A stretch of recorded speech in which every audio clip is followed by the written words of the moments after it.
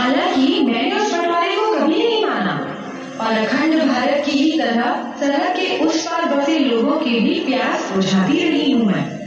आज मैं बेहद खुश हूँ और आपके साथ बांटना चाहती हूँ अपनी ये खुशी।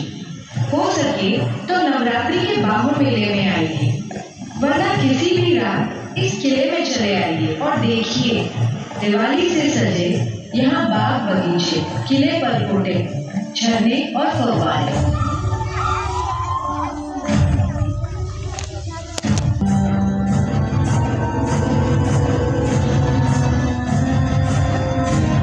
अपने कैमरामैन के साथ आप लोगों को ये एडवेंचर दिखाने के लिए, और हम लोग पहुंचने वाले हैं बागे बहू।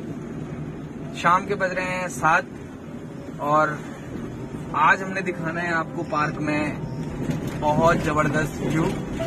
ऐसे जबरदस्त व्यू मेरी दाहिनी साइड आप देख सकते हैं, ऊपर है माता का मंदिर जो कि ट्रॉली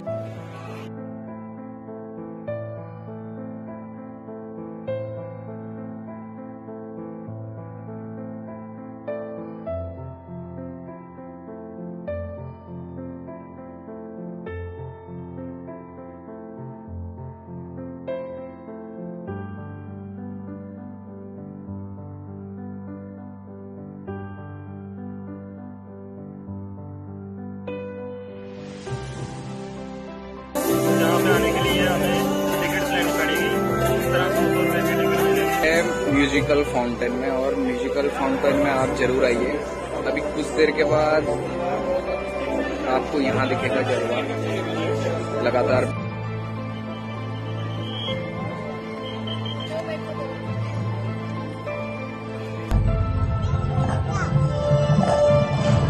बेटा ये तुमने क्या किया? ये तुम्हारा इतना वीर अर्जुन है, तुमने इन्हें ही धराशायी कर दिया? हे माता,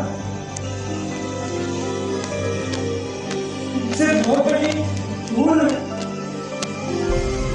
और आगे बताइए मैं क्या करूं?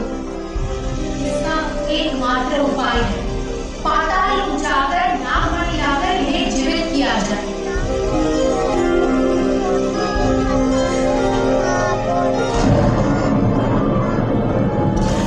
भगवान के तेज बाणों ने धरती को ऐसे छेड़ा कि तीर मान सर से जमीन में घुसा और सुरई सर में निकला।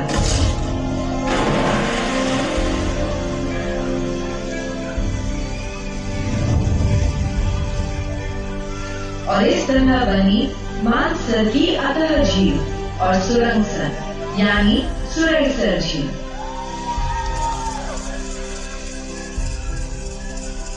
अब हम मानसर और सुरईसर के रमणीक स्थलों से वापस आते हैं और इस बाहु फोर्ट को देखते हैं। यह कद्दावर किला, इसकी 8 बुर्जियां, मजबूत दीवारें, प्राचीरें, पहरे की मीनार, तालाब और दुर्ग की रक्षा के लिए बना बारूद खाना और अभेद कैद खाना। किले के बाहर से जम्मू नगर का विहंगम दृश्य देखने को मिलता है।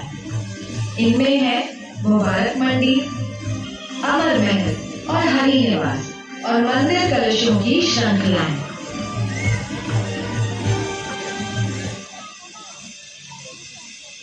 आप जानते हैं कि एक नदी को सबसे ज्यादा क्या पसंद आता है? आजादी। पहाड़ों से मैदानों तक उछलते कूदते उफनते बहते हुए चलने की आजादी। इसीलिए मैं सबसे ज्यादा खुश थी जब अगस्त 1947 में देश आजाद हुआ। पर मुझे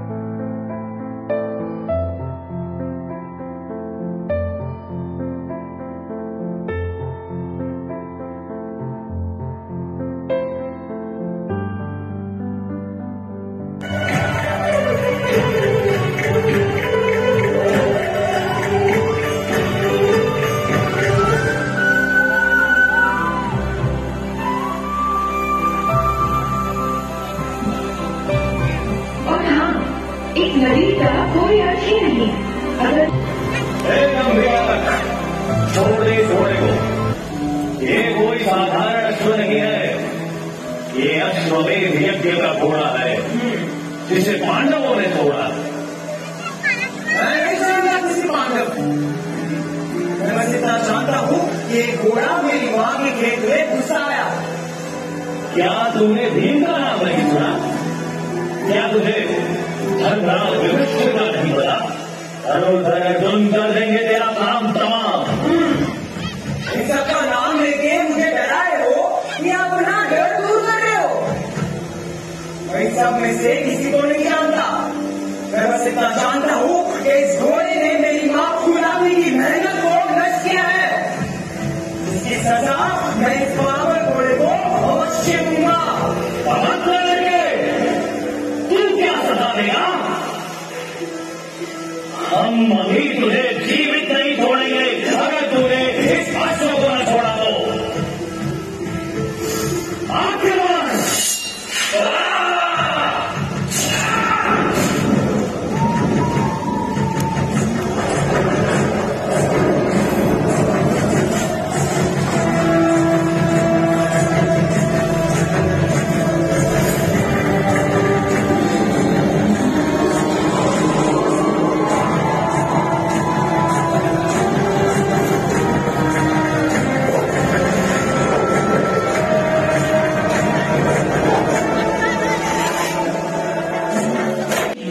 इतिहास के भी पहले की है, इसीलिए आगे की कहानी मैं सुनाऊंगी। महाभारत के समय मेरे किनारे पांडवों की सेना ने डेरा डाला क्योंकि अश्वमेध यज्ञ में छोड़ा उनका घोड़ा इधर ही चला आया और फिर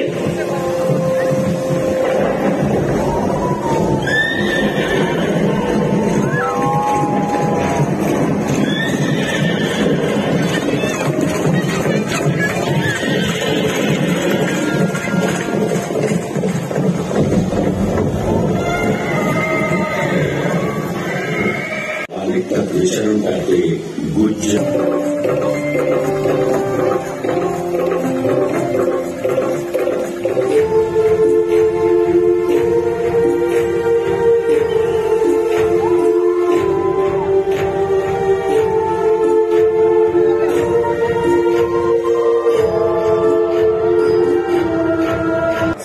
जम्मू कश्मीर के पहले महाराजा बने।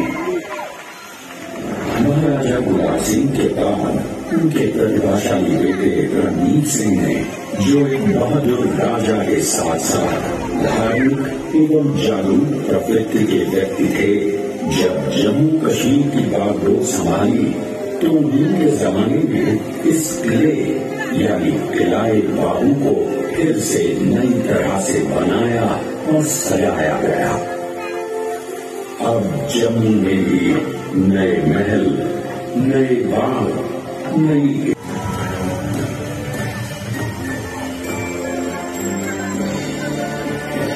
1822 गुलाब सिंह के जम्मू के राजा की गद्दी पर बैठने के बाद इस शहर की किस्मत और चमकने लगी। गुलाब सिंह ने अपने राजा बनने का श्रेय गुरु प्रेमदास की भविष्यवाणी को देते हुए उनकी याद में जम्मू शहर के निकट गांव सुनी में रघुनाथ मंदिर का निर्माण करवाया। इस मंदिर के भित्ति चित्र जम्मू कला के उत्कृष्ट नमूने माने जाते हैं। महाराजा रणजीत सिंह की मृत्यु के बाद अंग्रेजों ने उनके बेटे दिलीप सिंह को पिता से भी और आगे थे। उन्होंने किश्तवाड़ और राजौरी जैसे उत्तर पश्चिमी सीमा पर नए इलाके सिख साम्राज्य में शामिल किए। गुलाब सिंह ने वीर हरि सिंह नलवा के साथ मिलकर सिख साम्राज्य की कालांतर में राजपूत, खट्टर और नाना वंश के शासकों के हाथों इस क्षेत्र में अमन चैन शांति का ऐसा दौर आया कि दूर दूर से आए व्यापारियों के कारवां और सैलानियों के झुंड यहाँ की वस्तुओं, कलाओं और शोहरत को चारों दिशाओं में फैलाने लगे।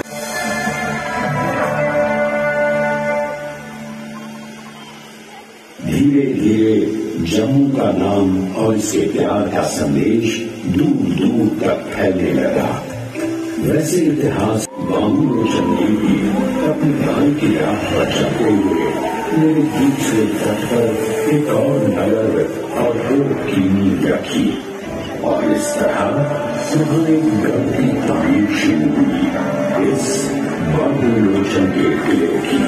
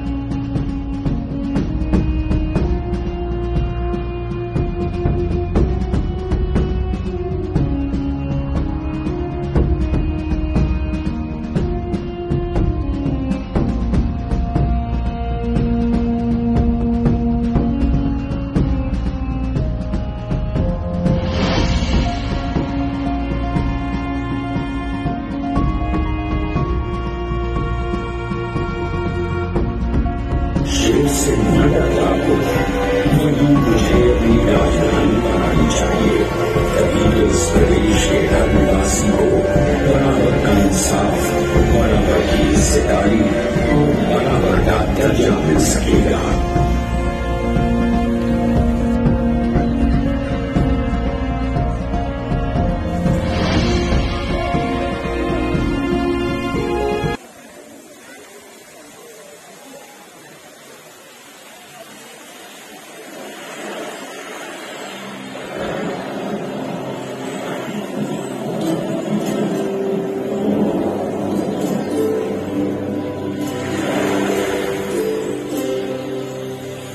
बरसों नहीं, सदियों नहीं, ये वो पहले की बात है जिस जगह आज मौजूद है, जहाँ खूबसूरत शहर जम्मू बसा हुआ है और जहाँ आज बागी बाबू का यह किला शान से तना खड़ा है। तब यहाँ ये सब हुई नहीं थी। यहाँ थी तो बस हरी भरी पहाड़ियाँ और मैं यानी सूर्यपुत्री। कौन सूर्यपुत्री? वही जिसे आप सब तवी नदी के नाम से जानते हैं।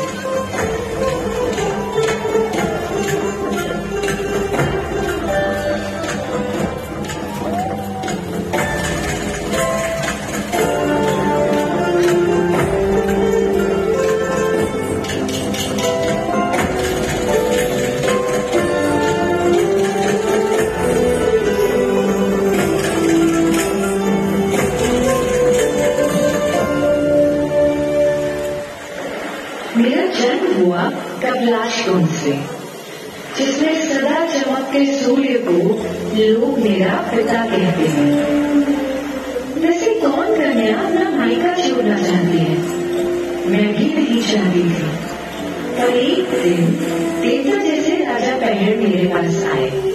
राजा मुझसे बोले कि उनके बीमार पिता के इलाज के लिए उन्हें मेरा जल चाहिए। अब रोज कपलाश कुंड तक आकर बीमार बूढ़े पिता के स्नान के लिए मेरा जल ले जाना तो संभव नहीं था ना। तो मैंने ही कुछ सोचा, फिर मुझसे रुका न गया, मैं उनके पीछे चल पड़ी। अच्छा करने वालों के साथ अच्छा ही होता है। इसी बहाने मुझे यह सुंदर जगह देखने को मिली और रास्ते में श्रीनगर में मेरी मुलाकात सुध महादेव से भी हो गई। उस समय तक शिवालिक पहाड़ियों में स्थित इस जगह का कोई नाम नहीं था। हाँ, इसकी पहचान जरूर थी। यहाँ की हरी भरी पहाड़ियों पर उगी नरम मुलायम घास और मेरे जल की तासीर से खींचे तमाम चरवाहे दूर दूर से यहाँ अपनी भेड़ें चराने आया करते थे। तभी पक्षी राजा जम्बूलोचन इधर से गुजरे। इस इलाके की सुंदरता से मोहित होकर वो थोड़ी देर को यहीं आराम करने लगे। जरा दूर पर सफेद चादर ओढ़े ऊंचा हिमालय, पास में हरी चुनरी पहने पहाड़ियां और नीचे कल बहती नीली नदी। जैसे यह नजारा काफी न था कि तभी राजा जम्बूलोचन ने करीब के तालाब पर जो देखा वह दृश्य एकदम अद्भुत था। राजा जम्बूलोचन को ये नजारा छू गया।